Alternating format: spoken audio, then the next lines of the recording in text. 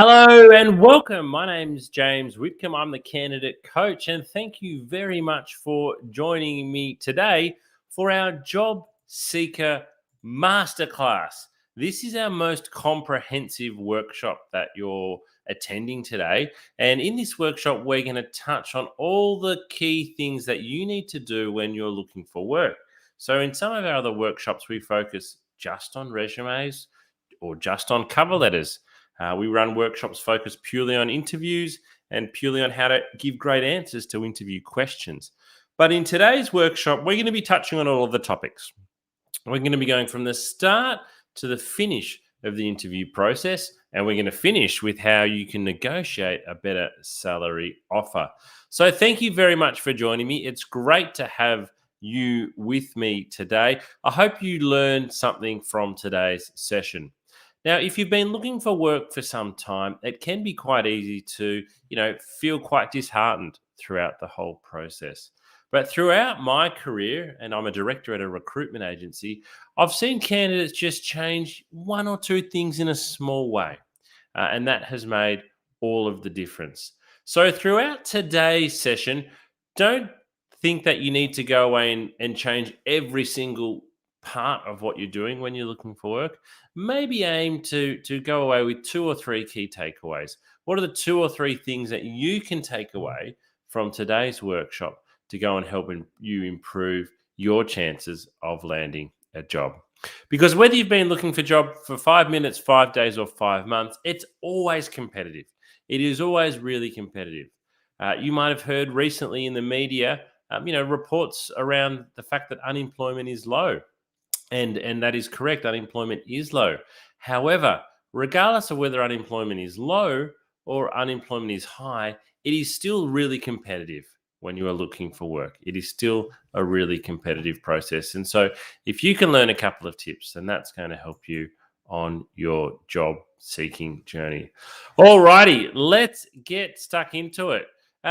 Just before we kick off with a little bit of workshop housekeeping, because I am broadcasting to you live today, if I do drop off the line for any reason, it doesn't happen very often, but maybe once or twice a year when I'm running a workshop, the Wi-Fi drops out or we have a power outage.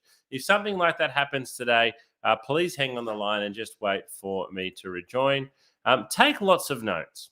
As we're going along today and you hear something, perhaps for the first time, I'd really encourage you to make a note of it. And the way you hear something for the first time and the way you receive that message is really powerful. When you hear it for a second or a third time, you can often hear it in a slightly different way. So take notes today and take a note of how something made you feel or your response to it the first time. You can also watch a replay of today's workshop. It will be uploaded to our YouTube channel and you can watch it pretty much instantly from the conclusion of today's seminar. Now, as your presenter today, I do have my presentation screen over here on the right. So if I do look like I'm looking over there a little bit today and reading some of the content or glancing over there, that's because that's where my presentation screen is. Alrighty, so today, what are we going to learn? What am I hoping that you're going to get out of today's session? Well, today we're going to learn the following things. What you need to know before you begin your job search. We're going to look at the importance of mindset and attitude during the recruitment process and how this can have a profound impact. How an effective elevator pitch can make a big difference. We're also going to look at how to get started on creating a great resume. We'll follow that up with cover letters, why they still matter, and how you can nail it. How can you go and nail your cover letter? How to effectively call a recruiter about a job. Interview preparation. We'll spend a fair bit of time today on interview preparation, video interview preparation, and how you can give great answers to interview questions. We'll talk about effective communication throughout the recruitment process, and we'll conclude with salary negotiations. Alrighty, a little bit about me, your presenter, James Whitcomb, before we kick things off. Who am I? What's my background? And I guess why am I presenting to you today? Well, to begin with, I'm a director at Smart Recruitment. We're an award-winning recruitment agency and we have offices in Melbourne, Sydney, Brisbane, and Adelaide. I've been in recruitment since 2005. And over that time, conducted well over 3,000 interviews and over 600 group assessments. I think in that time, I've probably read over 100,000 resumes and 50,000 cover letters and placed over 1,000 people into work. And I launched the Candidate Coach, the platform that we're meeting on today, about 2 years ago, because we wanted our platform for you, the job seeker, that was accessible at any time. Not something that you had to dial in, dial out of, not something that you had to go and physically meet someone. So we kind of timed it well with COVID coming along, and we launched the Candidate Coach in December 2019. Alrighty, let's get stuck into our first lesson. What do you need to know before you begin your job search? What do you need to know? Well, first of all, planning will save you time, planning will save you effort, and planning will save you sanity. So I want you to have a think. What type of work do you actually want to do? This is often one of the first opportunities you will have when you're looking for work to actually reassess your career. Now, what a lot of people do is they finish their job for whatever reason as an accountant or as a customer service rep, and they go straight back out and apply for that exact same job. But I'd like to ask you the question, is that the type of work you want? What types of, when you were in your actual job, what were the tasks that you enjoyed the most? And what were the tasks that you enjoyed the least? I'd really encourage you to try to find a job that has those tasks you enjoyed the most. Maybe it's specializing within that field. Maybe it's doing something a little bit different. But this is actually an opportunity for you to do a little bit of an assessment on what you want to do. I'd also encourage you to think, where are your skills and experience going to be most valued? What do I mean by that? Well, put yourself in the shoes of a recruiter. Who would want to hire you the most? Who would want to hire you the quickest? A lot of the time, it is thinking about, okay, these are the skills I've got. Which company or which job is looking for these skills? Particularly if you want to find work quite quickly, think about who would be looking for you rather than what you are looking for. So we've got the chance to reassess, but if we're looking for work quite quickly, let's think about who would be looking for somebody like us. And a lot of the time, it's the competitors of your last employer, or it's within that same industry. So what I really want to tell you to do is to stop applying for roles that you're not interested in. Stop applying for roles you're not skilled for or qualified in. It is so easy on the job boards to go out and apply for 100 jobs in a day. It really, really is. Click apply, click apply, click apply. But all that is doing is probably decreasing your chances, to be honest, of getting a job, because you are wasting your time applying for jobs that you're not qualified, skilled, or interested in. All right, number 2, researching your job market thoroughly will allow you to be a smart and targeted job seeker. What do I mean by researching your market thoroughly? Well, let me ask you a question. How many jobs are advertised at the moment in your industry? If you're looking for a customer service role, there will be thousands. If you're looking for a mechanical engineering job, there might only be one at a time. So before you rush out and start applying, and even if you're not, sit back and take a look. Because if you've only got one job being advertised that you're interested in, you better put in a really good application. Whereas if there are more opportunities available, perhaps you can be a little bit more picky with those that you're applying to. But what's really important here is that you get an understanding on the lay of the land for the jobs you want. Which recruiters advertise your jobs? So if you see one particular recruiter who has 5 different jobs you're interested in, I'd really encourage you to pick up the phone and speak with them rather than just sending off 5 different applications. And my rule is 2 jobs per day. I think you should only be applying for 2, maybe 3, but 2 jobs per day. The reason for that is, as you'll find out today, I want you to put in effort to every application. I want you to customize your resume and cover letter. I want you to research into the company and the position before you apply. So I want you to have a short list of jobs, but you can only apply for 2 every day.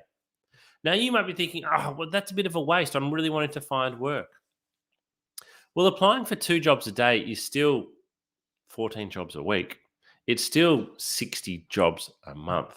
And when we get to that point, when we start applying for jobs for several weeks, you can lose track of what you've been applying for. And recruiters want to know that you're aware of what you've been applying for. So 2 jobs per day. Stop rushing out to apply for as many jobs as possible, and let's start approaching it more thoughtfully. Let's be more thoughtful, more discerning in our approach. Uh, and I'm not saying that, one of the things that could be hard is you might go, hey, there's so many jobs I'm interested in. I could easily apply for heaps. Well, I want you to then be a lot more thoughtful about it and say, hey, okay, yes, there's 100 jobs here you'd be happy to do, but which are the top 10 that you'd most want?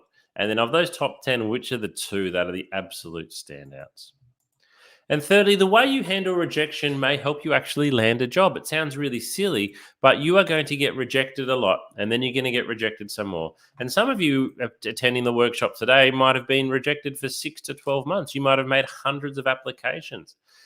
It is really hard to maintain a positive outlook when that's the case, but if you can do so, it will allow you to move from one application to the next quite easily. Alrighty, how are you feeling today? Let me ask you a question. If you had to pick from this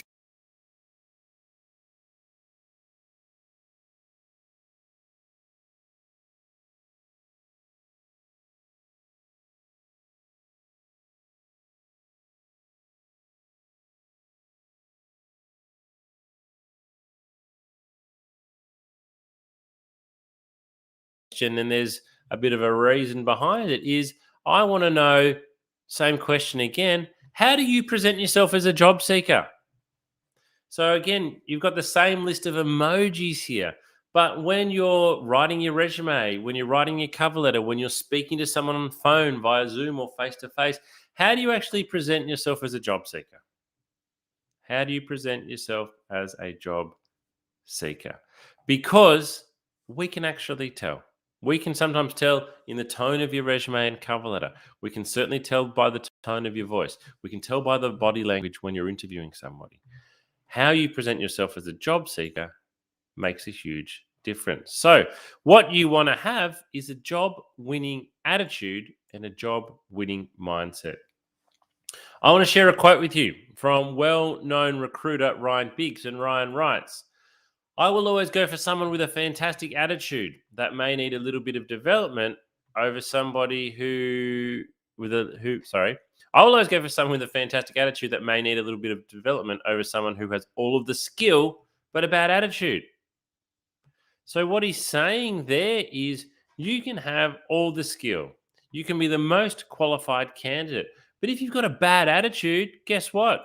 You are not going to get the job.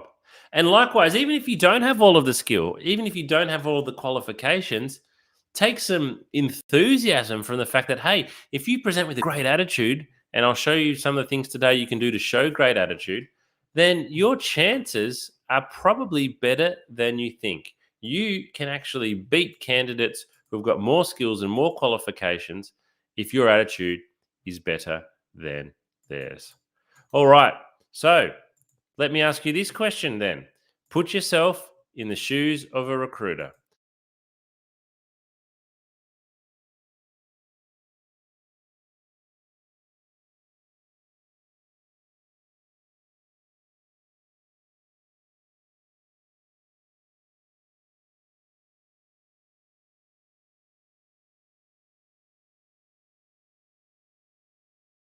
How do we actually show it? Well, first of all, you can choose to be positive. You can actually choose. It's your choice. Before you pick up the telephone, before you walk into a room, you can choose what attitude you are bringing to that room. So before you apply, think, I'm going to be positive. I'm going to put in my best application here today. I'm going to do a really good job. Before a phone interview, just remind yourself, okay, you might have had a really bad day, but just think, okay, I need to take a breath. I need to take a moment, and I need to show the very best version of myself here. I need to show the very best version of myself here, and not, let my bad morning come across on the phone. And certainly before a face-to-face interview, you need to go in and present yourself well presented, well dressed with positive body language. And then think, how do I want to be remembered? You will walk out of the room. You will walk out of the room. When you walk out of the room, what do you hope the person that you've met with remembers about you? Have a think and think about how you can work that backwards. Follow up with the recruiter. So, a lot of people will send in an application, they'll have a phone call, they'll even have a face to face interview, and then they will wait to hear back from the recruiter and think that's the right thing to do. There's nothing wrong with doing that, but if you want to show positive attitude, follow up. Make a phone call a couple of days, certainly a week later. There's absolutely nothing wrong with that. Show the recruiter that you are really keen on this job, that you're really interested and that you're positive and enthusiastic. So we want to avoid being negative. We want to avoid whinging. We want to avoid complaining. We want to avoid arguing. And we want to avoid being unresponsive. And that final one happens quite a lot. If you've missed a call, call back quickly. If you've got a voicemail, get back in touch quickly. If the recruiter's asked you to send something through, send it through quickly. This is how we can show having a great attitude. All right. I want you to grab a pen and paper. I'm going to give you a moment to do this. Grab a pen and paper or open up a new window on your computer or your notepad on your iPhone.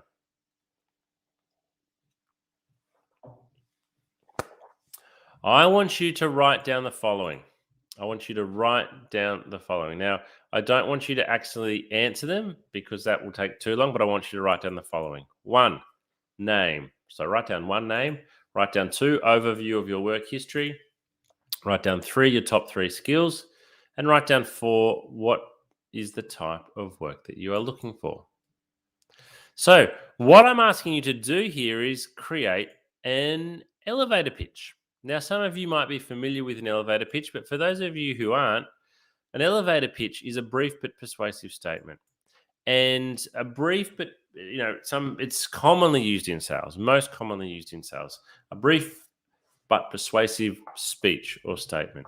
So why would we want this when we're looking for work? When might having an elevator pitch come in handy? Well, the most common interview question in the world is tell me a little bit about yourself. And the best answer to tell me a little bit about yourself is your elevator pitch. So, how do we create a really good elevator pitch? So again, it's your name, straightforward with name.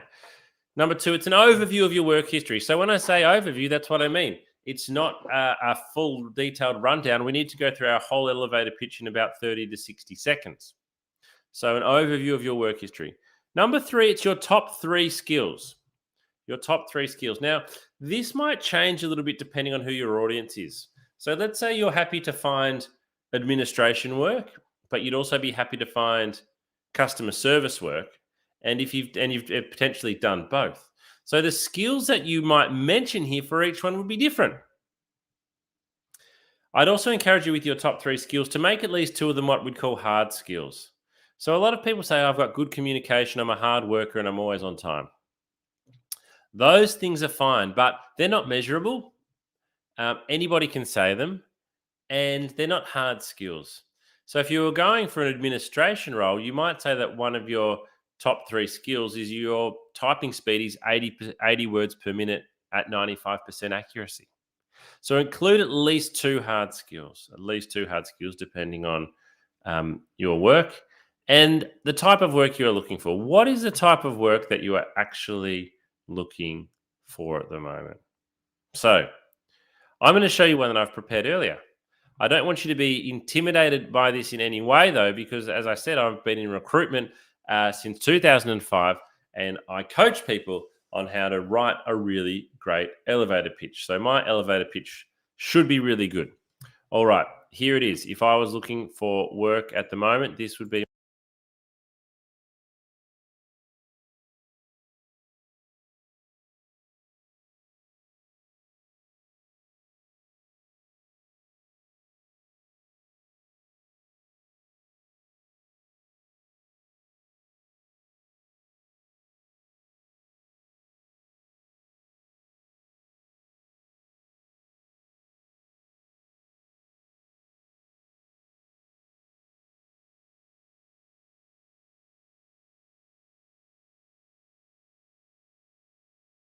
Yes, this is a really good elevator pitch because I've practiced it many times. So what I want you to do is to go away and create your elevator pitch.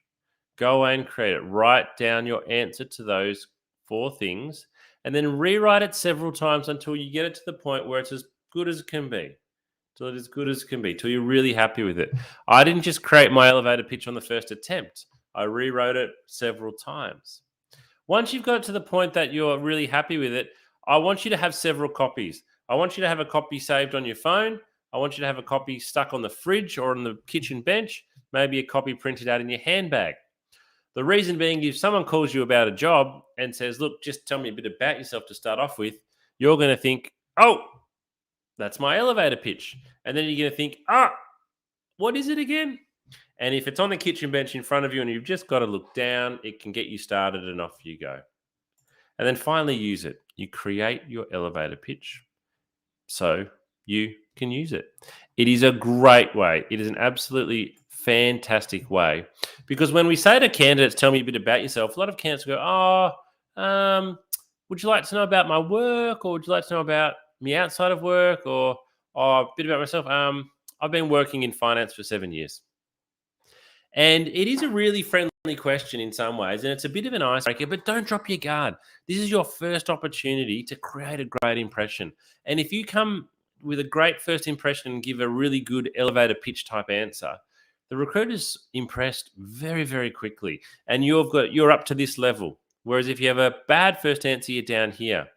And whether you start down here or whether you start up here, it's much more likely that's where you're going to stay wherever you begin. So begin up here, and it's easier to stay up here. Begin down here in your interview or your first impression, and it's really hard for you to get back up there. Alrighty, I've got a question for you. How long do you think a recruiter spends reading your resume? How long? You have spent hours, days, weeks, months, years. Some people's resumes have evolved over time. It might have started 10 years ago, 15 years ago, and then you add each job to your resume. So it's kind of become this document that you work on all the time. You've spent a lot of time on it. How long do you actually think recruiters spend reading your resume? Well, I'm going to give you the answer right now. 7 seconds. Eye tracking study shows that recruiters look at resume for 7 seconds. I've got to tell you, that's not a great stat, is it? That stat is certainly not great for job seekers, and it's a stat I'm probably a little bit embarrassed about as a recruiter. I don't think that's something that we can be proud of.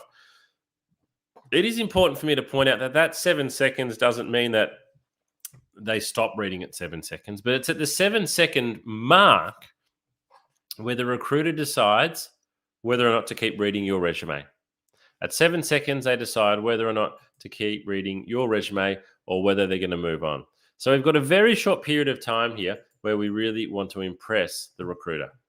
So we can complain all as much as we like about this stat, but it's not going to change it. So we need to know how to make our resume stand out in 7 seconds. So let's look at this article in a little bit more detail and see what we can learn. So I'm going to read the second 2 dot points here. Resumes that succeeded in capturing the recruiter's attention featured simple layouts with clear section and heading titles. Resumes organized by E or F pattern. I want you to think about a piece of paper with a big capital E or a big capital F. So we've got stuff coming across and then stuff going down the side coming across. They're the ones that did well, especially when they utilize bold titles and bulleted accomplishments. So that paragraph tells us what we need to do. Simple layouts. We need white space, we need headings, and we need bullets. Resumes did not fare well when they're hindered by cluttered layouts. A lack of white space on the page, multiple columns and long sentences. A lack of section or job headers also turned off recruiters, as did text that didn't flow or draw the eye down the page. So your resume, you want to be rich with information, but we need to leave white space. We also need to have headers. We don't want it to be too cluttered, and we want to use dot points and not just big slabs of text. So it's not a great stat, but we can all learn something from it. Okay, I'm going to give you a little bit of an insight into effective resume writing. Today, we're not going to go through a whole resume from start to finish. That's a separate workshop that we run. Keep your eye out for that one. But I'm going to show you how you can get started on it. So first of all, what is your resume? Well, your resume is a factual account of your employment and study history. So when we say factual because it has dates, it has times, it has locations, it has job titles, it has other people's names, it has educational qualifications and educational institutions. So it's basically a whole bunch of facts. But it also needs to highlight your skills and abilities, and it needs to sell you. It needs to sell you. This is my biggest coaching point on resumes, and probably my biggest coaching point overall, is that your resume is a sales document. It needs to promote you. I want you to imagine a billboard. That billboard is trying to sell something. They point out the best features. Your resume is the same. Your resume needs to sell you. It needs to promote you. It needs to say to an employer, look at me, buy me. It needs to have the very best aspects of you on it. Now, recently, my brother sold his property, and they spent a lot of time, getting ready for the sale of the property, and they had a professional photographer came in. And when I looked at the photos of his property, I thought, wow, look at that photo. The photographer has done an amazing job here in capturing the property at its absolute best, showing that, using the camera in the perfect position to capture it at its best. So the photographer didn't do anything false there. There was no lies, there was no trickery, but he took photos from the best positions to really highlight and sell the property. That's what your resume needs to do. Your resume needs to highlight your best skills and your best experience, your best achievement, and your best education. It needs to promote how good you are. It needs to show the very best parts of you, not the worst, the very best parts of you in a way that is easy. As we've seen, it needs to be easy for somebody to see. So my question is, I want you to have a think about it. Does your resume sell you? Do you think your resume is selling you at the moment? Or is your resume a very boring, dry academic document in chronological order that is just a history of what you've done? So, what I want to show you now, again, we can't go through a whole resume today because that would take us nearly the whole workshop, but I want to show you how you can sell your experience, because I think selling your experience, and in particular your achievements, which is what we're going to look at now, is the very best way. This is the very best way for you to sell yourself. So I met with this candidate. So I'm going to share a story with you now of a candidate I met a number of years ago when I was recruiting for a sales role. Now, this candidate got through to interview because she'd been working in sales for a number of years. And that was the main reason why she got through. But this is how she described her experience on her resume. So she was a sales representative from August 2013 to July 2016. So a month short of 3 years. She was a salesperson for the company for 3 years. She sold goods and traveled to meet customers and keep them happy. That's how she described her job on her resume. Now, as a sales recruiter, if you've done 3 years as a sales rep, I'll give you a call, because I know that, that's a good tenure. A lot of people don't last very long in sales. But when I sat down and I met with this candidate and she told me what she'd really done, I was completely blown away.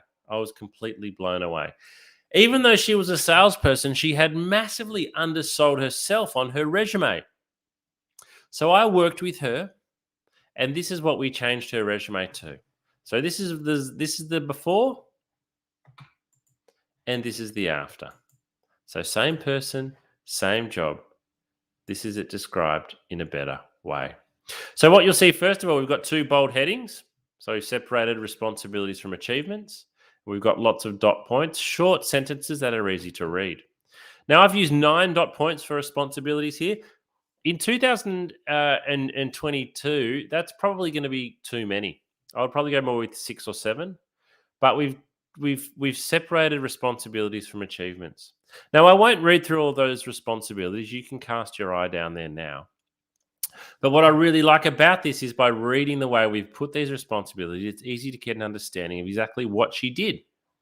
Things like this third last dot point here: attend at least 3 new business appointments per day. Salespeople often attend business appointments, but what I really like here is we've used the number 3 per day. 15 per week. That means 60 per month. I've got a really good understanding there of how many appointments she went to. Whereas if she just attends new business appointments, I don't know whether you're doing one an hour, one a day, one a week, one a month, one a quarter. But it's the achievements part here where we really sell ourselves, where we really sell our experience is under the achievements. So this person had been salesperson of the year in 2014, exceeding their sales budget by 21%. Now, you're not going to believe this, but for being salesperson of the year in 2014, this candidate was given a brand new car. She was given a brand new car for being salesperson of the year. She's the only person that I've interviewed has told me that they have won a car for being a salesperson. That is how good she was at selling. Now, on her previous version of her resume, though, she didn't have this listed. And she's got her other achievements listed there. But the point is, if you don't have it on your resume, the recruiter will never know. You've got to sell yourself. You have got to sell yourself. Now, you might be sitting there thinking, James, look, it's all well and good for sales. Sales, for example, we've got targets, we've got achievements. I've only worked in customer service, so maybe I've only worked in a library. So if you're struggling to think of achievements, let me ask you a question. What were you doing when you ended the job? What tasks, what responsibilities, what duties did you have when you ended the job that you didn't have when you started? Because if you've been asked to do extra duties and responsibilities, you could list them as an achievement. Maybe you've been asked to help train and onboard people. List that as an achievement. Maybe you've been given the keys to lock up the library at the end of the day. You're able to put the security alarm on and do those types of things. If you weren't doing those at the start and you're doing those now, there's an achievement. Maybe all you can think of is, hey, I often get asked to cover people's shifts. Put that down. Put down at least 2 or 3 things. In some ways, it's about showing pride and showing understanding of doing a good job. The other thing I would like to share with you in terms of resumes is how that it's okay to make your resume visually appealing. So we're going to go to a website now called Canva, canva.com. I use a paid version, but what I'm going to show you now is free. And if you go into Canva and type in resume or resume template, what you'll see load up on the screen now is a whole, I'll get rid of my camera.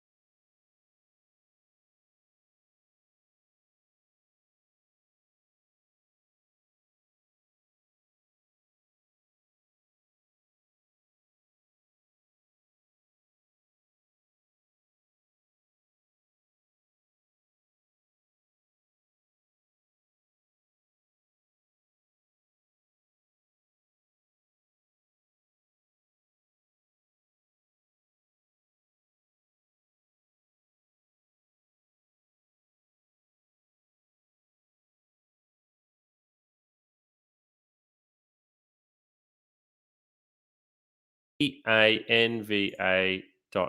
canva.com. You can do most of this on a free account.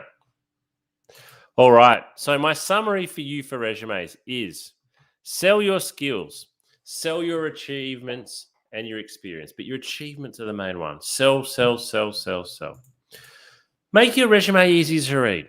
And this can be really hard because for a lot of people, we're thinking, oh, how do we cram, so much, I've got so much that I want to get onto my resume.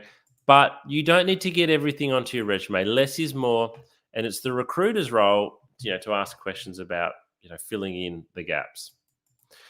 It should be visually appealing, and it's okay to be bold. Okay, it's okay to be bold and use something like Canva, and it must be tailored for every job. This is so important. All right, this is so important. If you apply for 5 jobs a week, even if they are all the same job title, let's say customer service for argument's sake, they are still for different organizations. The jobs are still slightly different. You can only list 6 dot points, and 2 achievements. Make sure you are listing the things that are relevant to the job. Read the advertisement. What they are asking for in the first 2 or 3 dot points in particular is really important. Make sure you have that on your resume. Make sure you have that on your resume. Alrighty. We're going to move now from resumes to cover letters. Cover letters. And I've got a question for you. I want you to answer this in your mind. Are you submitting a cover letter with every application? Because some recruiters read cover letters before they read the resume. Now, a lot of people enjoy saying, hey, cover letters are dead. I've been hearing the phrase cover letters are dead since I joined recruitment in 2005. Guess what? Cover letters are not dead. They never died. They're still here. At Smart Recruitment, like most places, you can still submit one with every single application. People hate writing cover letters. Not all recruiters read them. I'll be honest there, not everybody reads them. But some recruiters will read them first. Your problem is you don't know who you're sending your resume to. So unless the person you are sending your resume to says, do not send a cover letter, I will not read it, you must submit a cover letter. You can only submit 2 things as a job seeker, your resume and your cover letter. So why would you skip on one? Skipping on one is a huge risk, and I think it's a huge mistake. All right, so let's talk about actually what a cover letter is. First of all, it's very different language to a resume. It's a letter. Think about how you write a letter. You write a letter to somebody. We don't write letters very often anymore, but maybe think even about an email. You write it to somebody. Even if you don't know their name, you are writing your cover letter to someone. So we personalize it. We really need to have done some research here. We should be doing research before we apply for every job, and we can then use that research in our cover letter. And the purpose of this is to show the person reading the cover letter that we've done some research. It sounds like a bit of a game, but we want them to know we've done some research. And we want to include that information in terms of what we've learned on our cover letter. It's only ever 1 page long. The only reason your cover letter would be more than 1 page long is if you are asked to address a selection criteria and it's like 10 points and you're like, can't fit into 1 page. Unless that's the case, your cover letter should only ever be 1 page long. We need to proofread it multiple times. A lot of people proofread for spelling mistakes and they catch all the spelling mistakes. But what is really hard to catch in your own work in particular is grammatical errors. A lot of people don't catch their own grammatical errors. So proofread multiple times and catch those grammatical errors. So stop submitting the same cover letter for every single vacancy. We need to tailor it. All right. I'm going to show you what a good cover letter looks like. This is a great template that you can go away and copy and paste. So it has 4 simple paragraphs. That's it. 4 simple paragraphs. And paragraph 1 and paragraph 4 take 1 minute each. So paragraph 1, we just want to address the role in the company that we're applying to. 2 sentences should be enough. So here we're saying, Dear James, please find attached my resume for the accounts coordinator position at Smart Recruitment. If you have done that, name, job title, company title, you're probably already into the top 25% of cover letters. Because most cover letters I receive say, Dear Sir or Madam. Now, on my cover letters, my name is always there. On my cover letters. On my job advertisement, my name is always there. But even if my name is not there, the company and the title is there. So personalize it. The point of this is to show the recruiter you've put in a lot of effort. Paragraph 2, mention 2 or 3 things that you know about the organization or you know about the vacancy. So we need to do some research here. And again, the whole point of paragraph 2 is to show the person reading your cover letter that you've done some research. Because everyone else's cover letters are rubbish. If yours is really good and stands out, this could be the one thing that you can do that can make a huge difference. Then paragraph 3, we're going to focus on us. So paragraph 2 is all about the company and the job. Paragraph 3 is on us.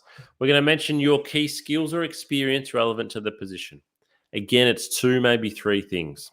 And this is why we have to tailor our cover letters, because we can only pick 2 or 3 things here. We need to pick 2 or 3 things that are really relevant to the job that we're applying to and the company. Paragraph 4 is a brief sign-off. Thanks very much for reading my cover letter. I hope to hear back from you soon.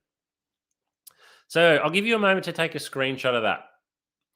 What I've done with this formula, and it's taken me many years to develop, is I wanted to develop a formula that allows people to easily replicate a cover letter. So I think paragraph 1 and 4, it's really straightforward. Paragraph 2 and 3, you can probably do them both in 10 minutes. I think you can do them both in 10 minutes, but you can spend a lot longer and be more impressive. But I wanted to create a formula or a template that is easily replicatable so that you can customize every cover letter without too much hard work. All right, so here's an example using my formula. This is a made-up job and company. Dear Rupert, I'm writing to you as an enthusiastic applicant for the marketing coordinator role at Duke Industries.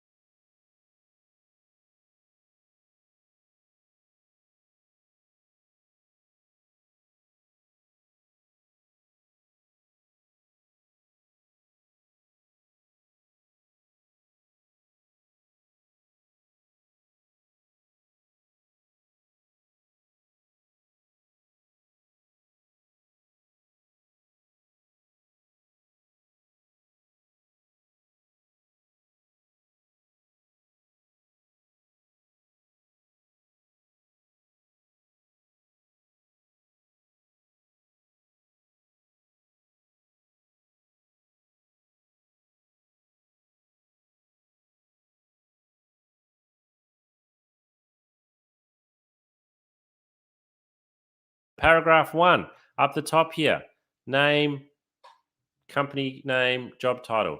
Paragraph 2, we're talking about what we've learned on the company.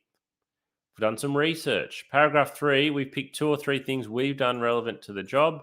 Whoops. And paragraph 4, a brief conclusion. It looks really good. It looks really professional. It looks like you've put in a lot of effort on this cover letter. Now, here's the same cover letter in a slightly different template. So the template that I have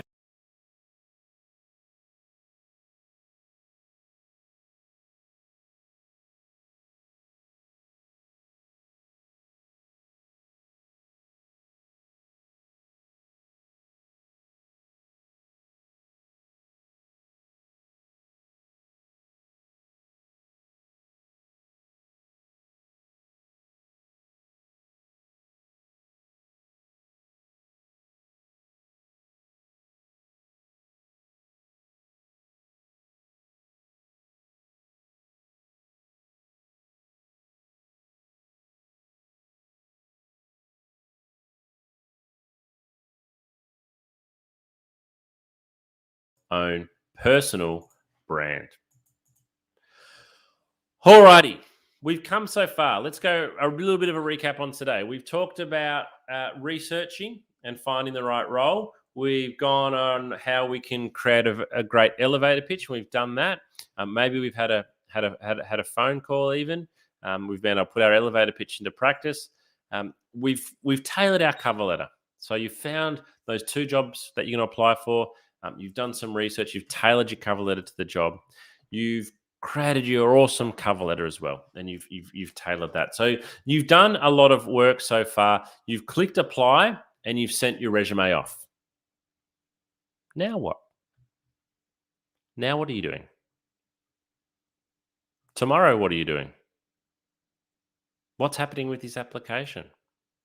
What do you need to do? It's been 1 day now. It's been 2 days. It's been 3. It's been 5. You haven't heard. What should you do? Well, I think you should pick up the phone and make a call. Pick up the phone and make a call within 24 hours of applying. I know what you're thinking. Are you mad, James? Picking up the phone and calling somebody about a job they've got advertising is really scary. It can be really intimidating. But I'm not mad, and you need to be brave.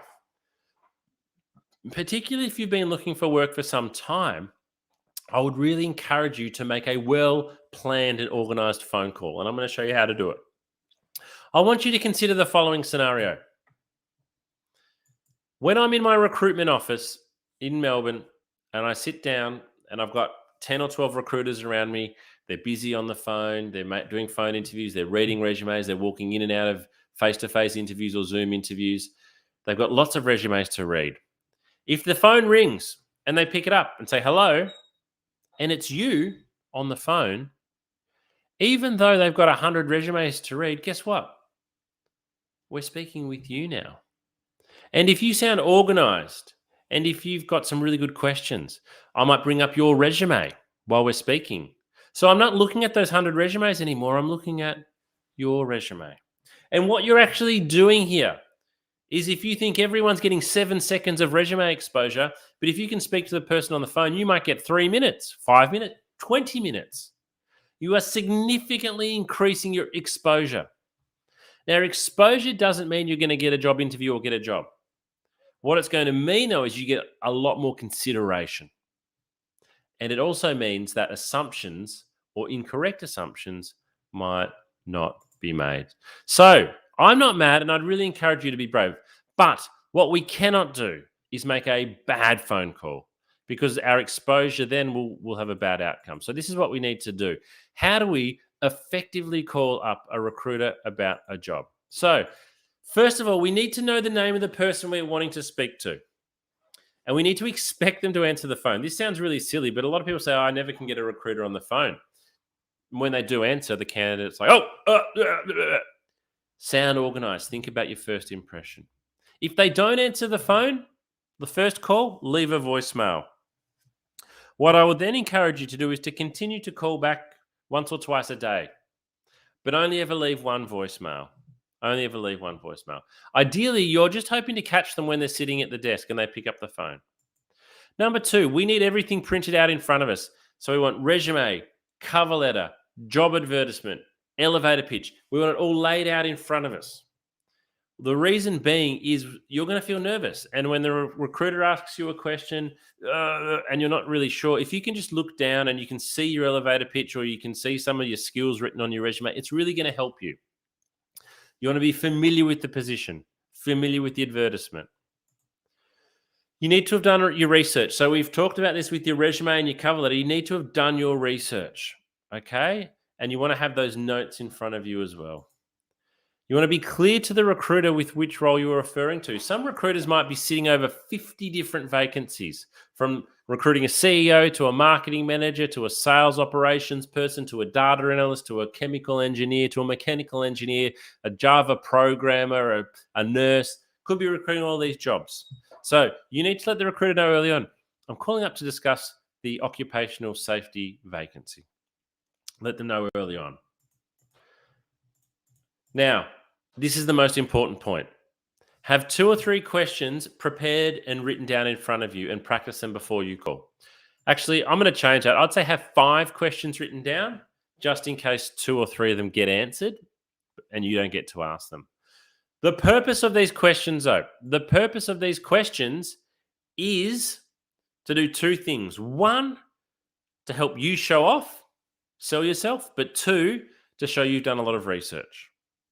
So go onto the company website, go onto their careers page, go onto their social media, look through the annual report, write down 5 questions. And so when you're on the phone and you call up and the recruiter says, hello, it's James speaking, you can say, hi, James, I've just applied for the occupational safety role. I've got a couple of questions. Do you mind me asking? And the recruiter will probably say, sure, what are your questions? Now, if you ask a couple of great questions here, I guarantee you the recruiter is going to go, oh, that's a really good question. They're thinking, this candidate's done their research. I'd actually know the answer. This candidate's really done some research into the job and the position. They then start thinking of you very, very differently. They start thinking of you very highly, very quickly, just because you've asked a couple of well-prepared questions. Keep the call brief, but be prepared that it could go for longer. It might go into a full phone interview, or that you might catch the recruiter when they've literally got another appointment in 2 minutes' time. And finally, if you're not feeling confident, then practice. Like with interviewing, practice makes perfect. Practice makes perfect. I think as the candidate coach, this is the biggest difference that you can make if you're struggling to get to interview stage, is to call up effectively in a prepared way and ask a couple of great questions. Give it a go. You'll need some patience. You'll need some persistence. It might take a lot of calls to get through, but I guarantee you, if you do, and if you ask a couple of good questions, you will increase your chances of getting to interview. So what's with all the research? I'm asking you to do a lot of research at the moment. I want to share a quote with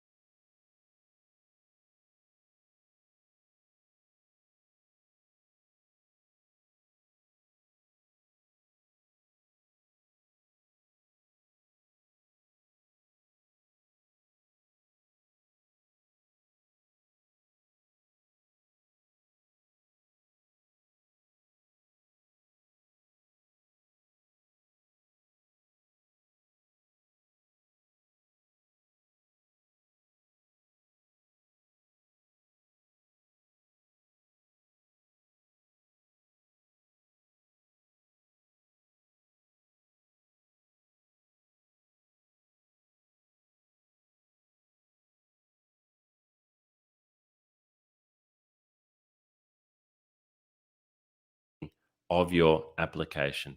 So you are competing against candidates who will do a lot of research. You need to do research just like they do. So when do we research? Well, even before applying, we need to go to organizational websites, careers pages, Google the organizations. But for bonus points, see if you can find something in the news. See if you can find something that's topical, particularly if it's a really large organization. You might be able to find something that's really topical on them at the moment.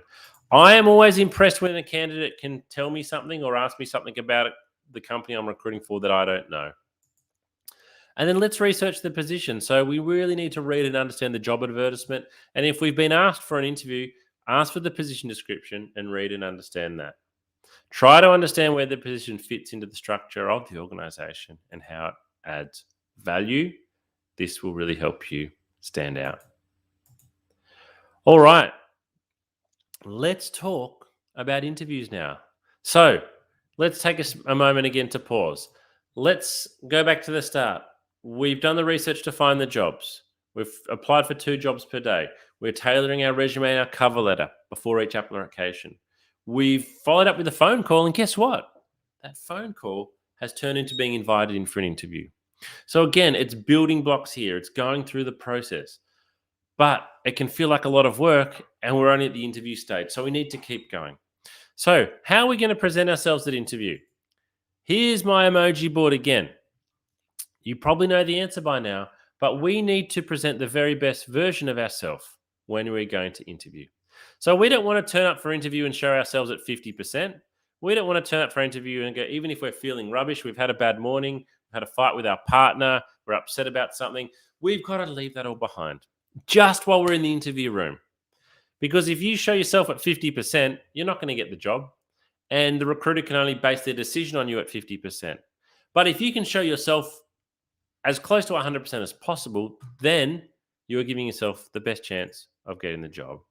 So how do we actually present the very best version of ourselves? Well, first of all, practice is absolutely key here. Practice, practice, practice, because that helps to give you confidence. We need to mentally prepare for what is going to happen. We need to tell ourselves that we're going to get nervous and that getting nervous is okay. And we need to give ourselves plenty of time. Give ourselves plenty of time. The one thing that ruins everybody's plans when it comes to performing well at interview is running late or running just on time, and it will stress you out big time. Dealing with nerves and anxiety at interview. This is a really big one. So I'm actually going to share a little video with you here from a workplace psychologist on how you can deal with nerves and anxiety at interview.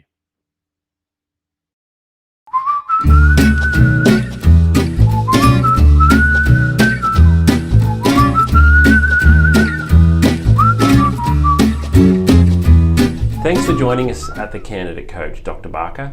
Tell us a bit about your background and the type of work you do. I am Dr. Sarah Barker. I'm a clinical psychologist. I've worked in workplace mental health with Black Dog Institute for the past 7 years.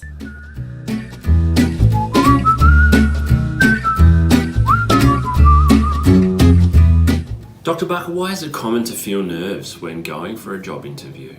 We commonly feel nervous, and I would say most people feel nervous when going for a job interview because we feel a lot depends on it and that we're going to be evaluated as well. So nerves are a very, very common response. It's really important to remember that the person who's doing the recruiting also feels nervous as well because they want to get the right person, and they're also aware that they're expecting people to come in feeling nervous as well. They know that that's a common human experience.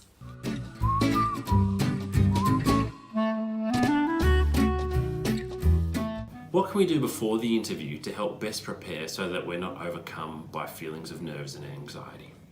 To best prepare ourselves to avoid some of those feelings of anxiety and nerves before an interview, firstly is to accept, I think, that they're going to be there. And actually, a few nerves are actually helpful. They help us give our best performance, give our best answers, think the best on the spot. So accepting that there's going to be a level of nerves is okay. But I think also probably an hour beforehand or the morning before the interview, really practicing some breathing strategies, whichever is your favourite breathing strategy, to calm those nerves down, calm the system down, calm the breath down, and allow your body to relax as much as it can into the interview. I also think preparing answers and having a practice in front of the mirror of some likely answers that are going to be, or likely responses to questions that are going to be asked can be very, very reassuring, because often the questions we predict are there. And even on the internet, there are usually lots of questions for any job that are typical questions that you can then prepare a brief response reflecting on your experience beforehand. So it's not such a test in the moment then, because you've got some preparation behind you. The other thing I think too is reminding yourself, I've got this far and this is a good thing. And, you know, they're interested in getting to know me. I'm also interested in getting to know them, and concentrate on the relationship too and enjoy the relationship as much as you can. They're usually going to try and put you at ease so that they can see how you respond as well.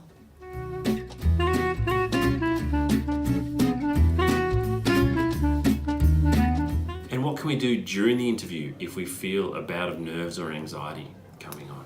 It's very common for us to suddenly feel overwhelmed in the moment in an interview. If that happens, take some deep breaths. It's okay to buy some time. It's okay. And also, when we take deep breaths in an interview, it's only usually us that notice. Okay, so taking some deep breaths can really be helpful. And even saying to the interviewer, could I just take a moment here just to pause and gather my thoughts, and then just breathe. Okay, and then when you're ready, come back and say, I'm ready to continue on. And that's a fine way to manage nerves during an interview.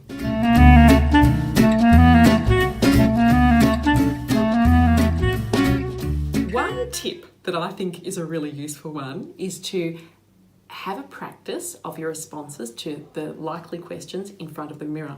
Something you might notice is that the questions you're feeling more confident about, you'll smile more, you'll be more relaxed, you'll, strut your stuff a little bit as you respond.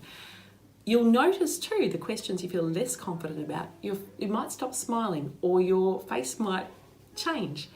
Those questions are the ones you need to practice a little bit more at, and remind yourself of your confidence with that, or prepare your answer so that you do feel more confident, because your face will actually tell you in the mirror, and that can be good preparation for the actual interview of knowing where to where to focus on in feeling more strong in your responses.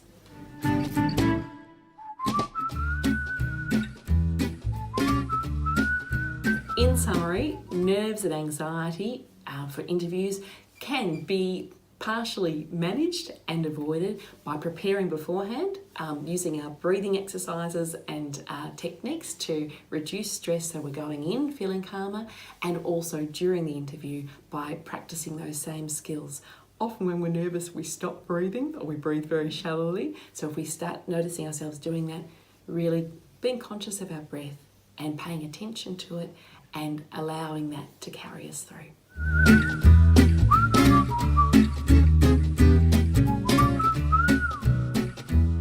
Thanks for watching today, and we hope this has helped you best prepare for your next job interview. Good luck.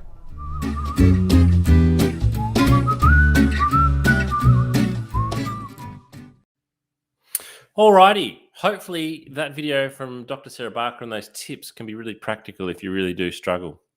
All right, let's pretend we've got a job interview tomorrow now. Let's pretend we've got a job interview tomorrow.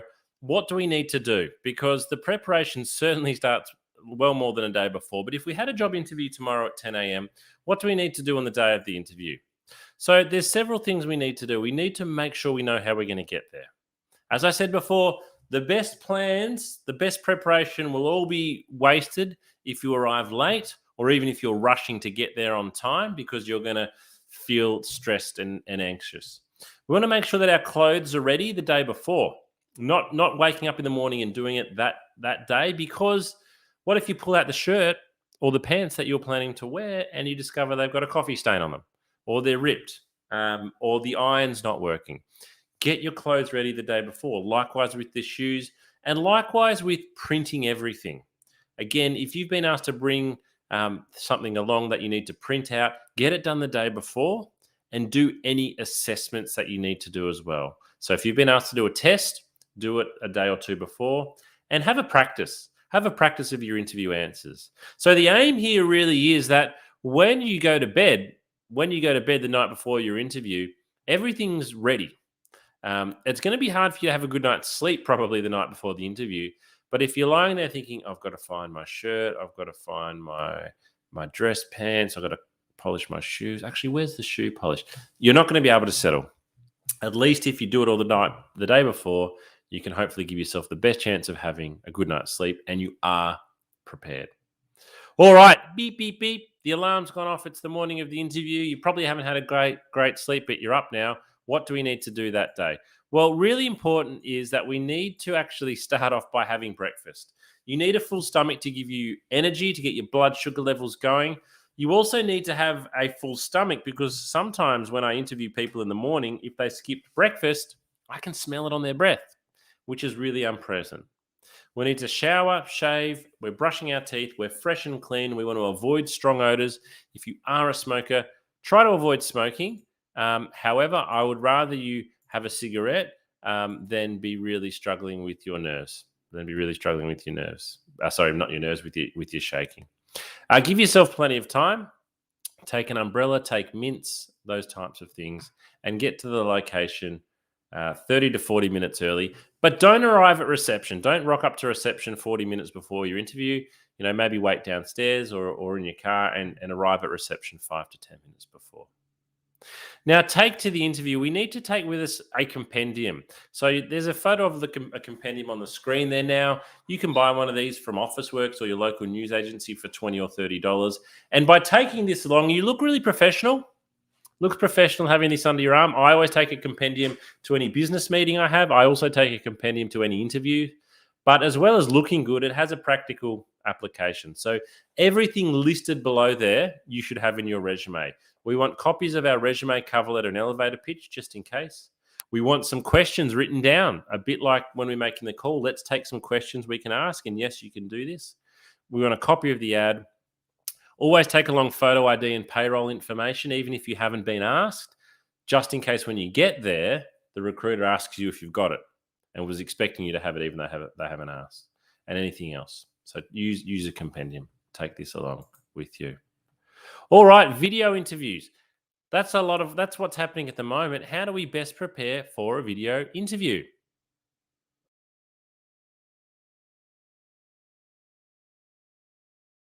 Hi job seekers, James here from The Candidate Coach. One of the most common questions we've been receiving lately is around how to best prepare for a video interview. Due to the circumstances over the last 12 to 18 months, video interviews have become the most common way of meeting a candidate, replacing the in-person, face-to-face interview. So here are my top tips for what you need to do to make sure you are best prepared and presenting yourself as well as you possibly can when your interview is over video. So there's four main things that you really need to consider. The first thing is camera height. This is the biggest mistake that a lot of people make, is getting the height of their camera wrong. If you've got a laptop, for example, that is sitting on a desk, you need to lift it up. The camera should always be at eye height. You want to imagine the lens of a camera is the eyeball of a person. So if you are looking down at your laptop or your phone, it's going to look back up your nose. So keep the camera positioned at eye height. One of the great ways to do that is to buy a tripod, something like this. So if you don't have a tripod, it's well worth going out and spending the money.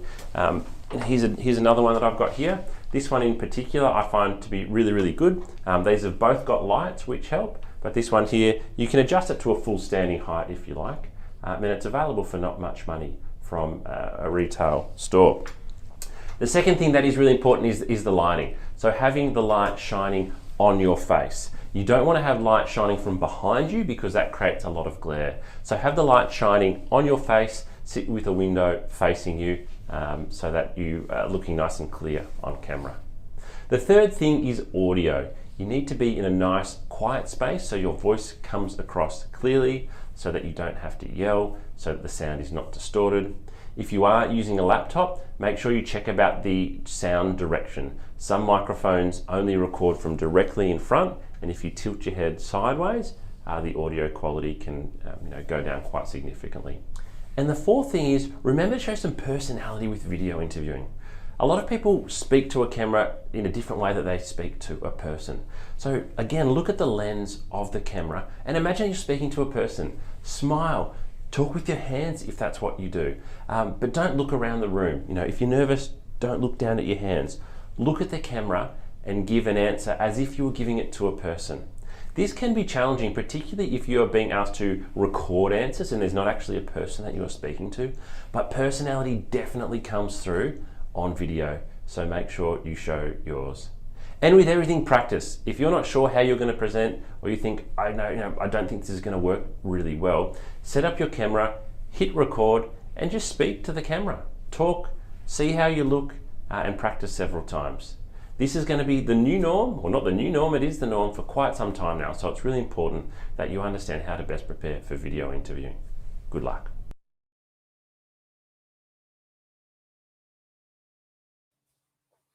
Alrighty. How do we give great answers to interview questions? How do we actually give great answers to interview questions? This is one thing that job seekers, in my opinion, really don't like practicing. We don't like practicing giving answers. We might spend hours and hours and hours on our resume and cover letter and LinkedIn profile and other things, but we're really reluctant to spend a lot of time practicing interview answers, sometimes because we don't know whether our answers are good or not to begin with. So let's have a look. How do we give great answers to interview questions? Well, for behavioral-based questions, we're going to use the STAR technique. So the STAR technique is extremely common. You might have heard of it before. You can easily go and look up what I'm going to show you today.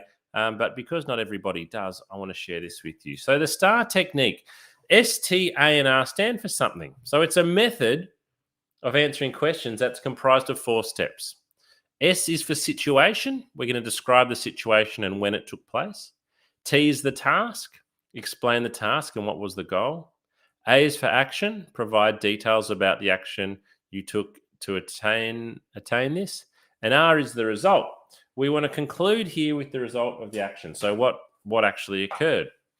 Now, behavioral-based questions will often be, they will start with, can you give me an example of, or can you tell me about a time?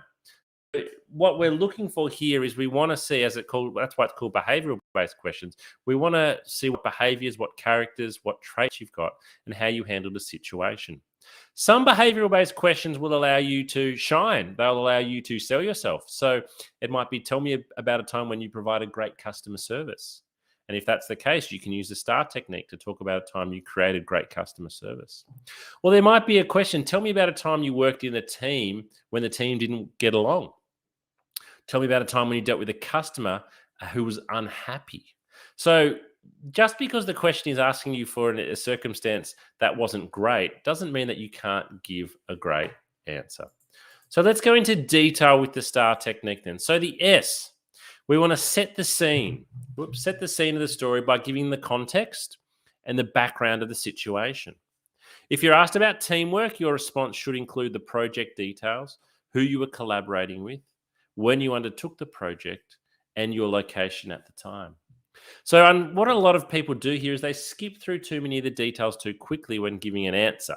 Candidates generally feel that they need to answer questions quickly, whereas we would like you to set the scene with the situation. Task, we need to describe your exact role. Your exact role. What was it that you did in the situation?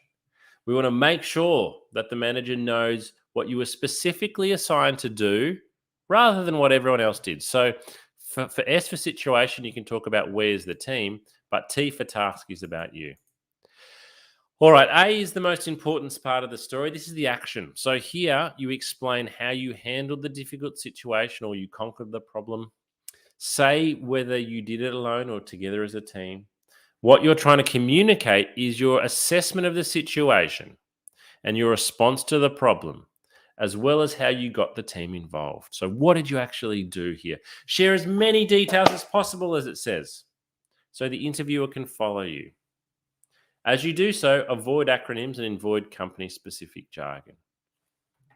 And then R is the result. So what happened? What was the conclusion? Close the story by stating the positive outcome of your actions and what lessons you learned. If possible, quantify the results and show the effects of your actions. Examples may include a 10% increase in sales, getting repeat business, or saving your team 5 hours of work in a week. So let's have a look at an example here. So this is an example for a nurse going for an interview for a nursing role. And the nurse is asked, describe a time when you handled a difficult situation at work. How did you react? So, situation. In my last as a night nurse, one of my colleagues quit after securing a job with a top private hospital. Though I was managing a ward full of patients, task, I was assigned to this one patient who didn't want to be admitted. He wanted to bolt out of the room. I made myself available. This is the action. I made myself available to the patient, discussed with him the reason he was being admitted, and assured him he would receive 24/7 attention and good care. The patient finally calmed down and agreed to spend the next 3 days under observation. And the result in purple was he was discharged on the 3rd day. And the wife personally thanked me for handling someone she knew to be extremely stubborn and difficult. So S is in red, task is in blue, action is in green, result is in purple. That's how we use the STAR technique. All right, let's say we're out of the interview now. So we don't actually finish with what we're doing in terms of our interview process. I'd really encourage you to email the recruiter, thank them for their time the following day. And if you've been asked to do anything, this is really important. If you have been asked to do anything, you might be asked to send through your reference details. You might be asked to go and complete a test. You might be asked to send through an example of some work. Do it straight away. The clock is ticking. The quicker you do it, the more impressed the recruiter will be. Be responsive. Be responsive here. Alrighty, so we're getting towards the end of today's workshop, but what I want to talk about is how to actually negotiate a higher salary offer. Let's say there's a hypothetical situation. You are hoping for $60,000. $60,000. You've been offered $55,000. So you've got a decision to make here. You've got 3 choices really. Accept the 55, decline the 55, or try to negotiate the 55 up towards 60. So when we're negotiating salary offers, in many ways, what we're really saying is, show me the money. We are wanting more money. We need to be able to ask, though, in the right way. So first of all, before we even ask, we need to do our research and find out, is this a negotiable salary? If you are applying for a job, for example, at a government organization, it's not negotiable. If you are applying for a customer service role in a bank and there's 500 people already doing that job, the salary is not negotiable. So if you try to negotiate a salary that is fixed, you are going to look foolish. We also need to do our research to know what is the market rate for the position. So it is all well and good that we want $60,000, but what are the other jobs paying? Are they paying $60,000? Or is actually $55,000 actually what the market is paying? We need to do our research before we negotiate. We then need to build a case. So we need to show what we are talking about. So what we would do is, first of all, we would always be very grateful. We would say, thank you very much for the offer of $55,000. I enjoyed the interview and I would love to accept this offer. However, I'm really seeking $60,000 and this is why. And what we would answer to the this is why is, I've got more experience than you're looking for. I've got more qualifications. I was paid more than this in my last job. I'm bringing more than what you were asking. So we can't just say, thanks for 55, I want 60. We've got to build a case. We've got to show that we know what we are talking about and why we want that money. And we need to demonstrate why you are worth more than the offered salary. Why are we worth more than that? As I said, maybe on the ad, they said, we want someone with 2 years experience and you got 4. Maybe you've got a degree and that's not asked for. Maybe you're bringing other things to the job. And finally, we negotiate in a firm but friendly manner. You need to expect that if you come to negotiate a salary offer, it could be retracted. It could be retracted. In my recruitment history, I have had 2 types of people when it comes to companies, when it comes to negotiation. Some companies will say they want to negotiate.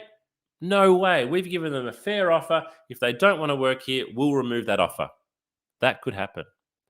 I've also got organizations that say they want to negotiate. That's fine. Happy to negotiate. It's all part of the process. The concern is you don't know who you're dealing with. And so you do need to be prepared that an offer can be retracted. And if, the impression sometimes that you can easily give when negotiating a salary offer is that you aren't grateful. Sorry, not that you aren't grateful. Well, you aren't grateful and you're just not sure on the job. Now, if you are still wanting more assistance with your job seeking, can I really encourage you to go to your candidate coaching platform and check out all of these resources that you'll see on your screen there now. We've got video coaching, resume and cover letter templates, interview questions, online practice tests that you can take, checklists, articles, advice for executive candidates, mental health support, more of our live workshops advertised, and this is all available to you for free on your candidate coaching platform. Before I go today, we would love your feedback. We would absolutely love to hear from you. Please, if you can take a moment, whoops, wrong screen there. If you can take a moment,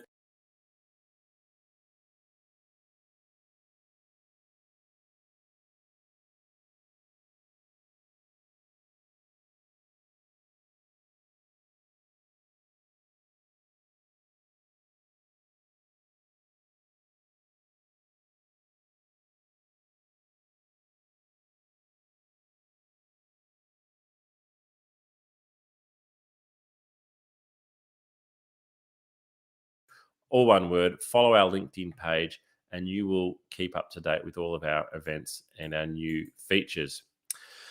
Finally, we're going to finish today with this video. I really want to thank you for joining me for this workshop today. Our final video is potentially our most important thing that you're going to see today. We're going to hear from Dr. Sarah Barker again on how you can look after your mental health when you're looking for work. Because one thing that we've noticed from candidates of all backgrounds, all countries, all nationalities, all walks of life, all positions of seniority in the workplace is that when you come to look for work, it really can affect your mental health. So thank you for joining me today. The workshop will conclude at the end of this video. Enjoy the rest of your day.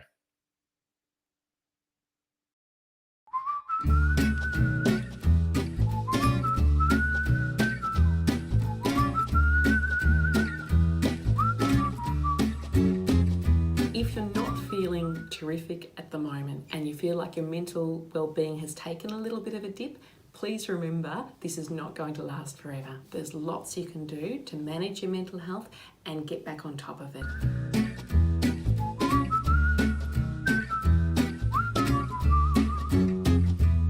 I am Dr. Sarah Barker. I'm a clinical psychologist. I've worked in workplace mental health with Black Dog Institute for the past 7 years.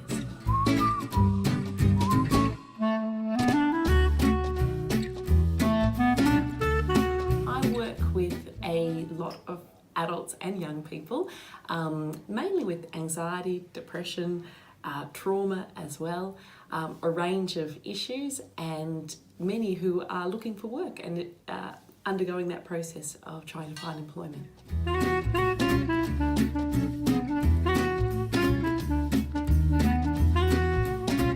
Looking for work causes mental strain because our identity is tied up with our work.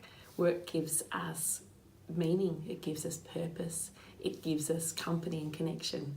So it's stressful for lots of reasons looking for work, and it can take a toll on our mental health.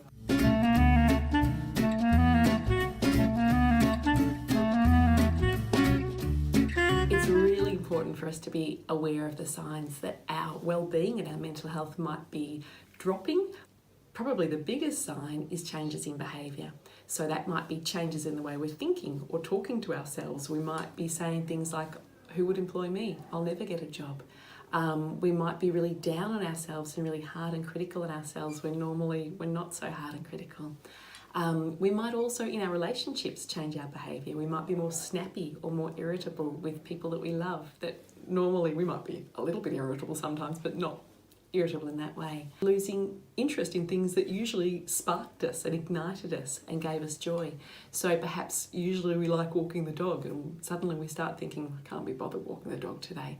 That sort of thing, those changes in behaviour are really significant because they tell us that something's different, and if we're noticing, I suppose, more than one of those and it's affecting the way we feel, and this is over a period of say 2 weeks or longer, then it's a really good idea to have a chat to a GP that you trust, and find out what might be going on, have a discussion and see if there's any physical reasons for that, or if perhaps your mental health and wellbeing might be able to do with a little bit of extra support, and then the GP can refer you on to see a psychologist, a counsellor, whoever is most appropriate for you.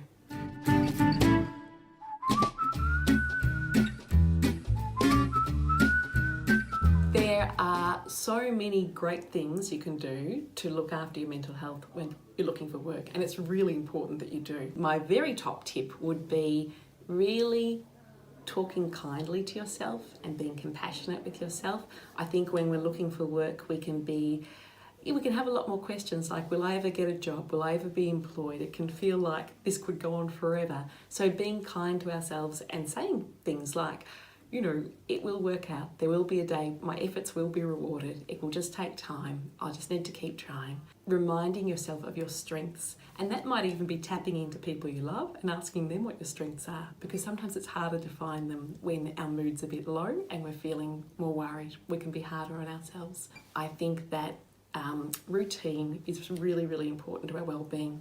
When we're looking for work, we mightn't have such a regular routine because there mightn't be a 9 to 5 start and finish time for a job. Well, there isn't. So instead, thinking about looking for work as a job in itself can be helpful. Having a start time and a finish time can be really helpful, and some set tasks that you hope to achieve that day. Purpose is really important too. So purpose might come through routine, but it can also come through other things. Meaning's really important, and our work gives us meaning. So when we're looking for work, meaning mightn't feel like it's there as much. Part of what we can do is infuse those tasks with meaning. So I am doing these things today, I'm looking for work, and that is meaningful in itself because there's an end goal to this. It will be something that's good for me and good for the people that I love as well.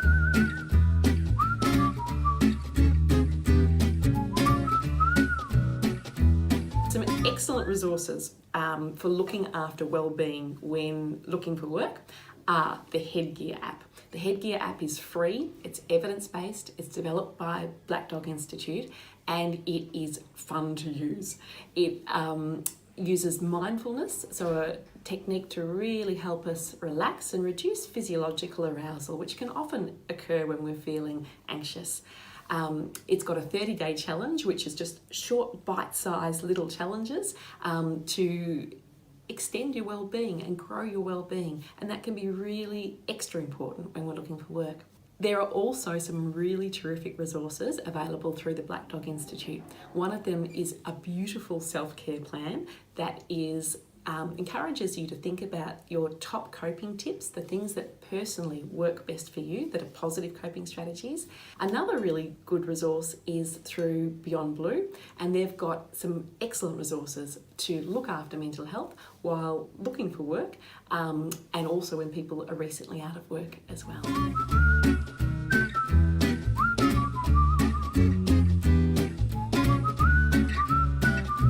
Probably time to seek professional assistance when you notice your mood is lower and you're feeling more down than usual, when you're worrying more and perhaps worrying excessively about things that you wouldn't normally worry about, and perhaps in your relationships too, when you're more tense with people and perhaps more snappy or irritable. All of these are signs that perhaps our mood is not in the greatest space and our well-being is not in the greatest space, and that it can be a great idea then to chat to your GP, who can then refer you to an appropriate person to help you strengthen your well-being.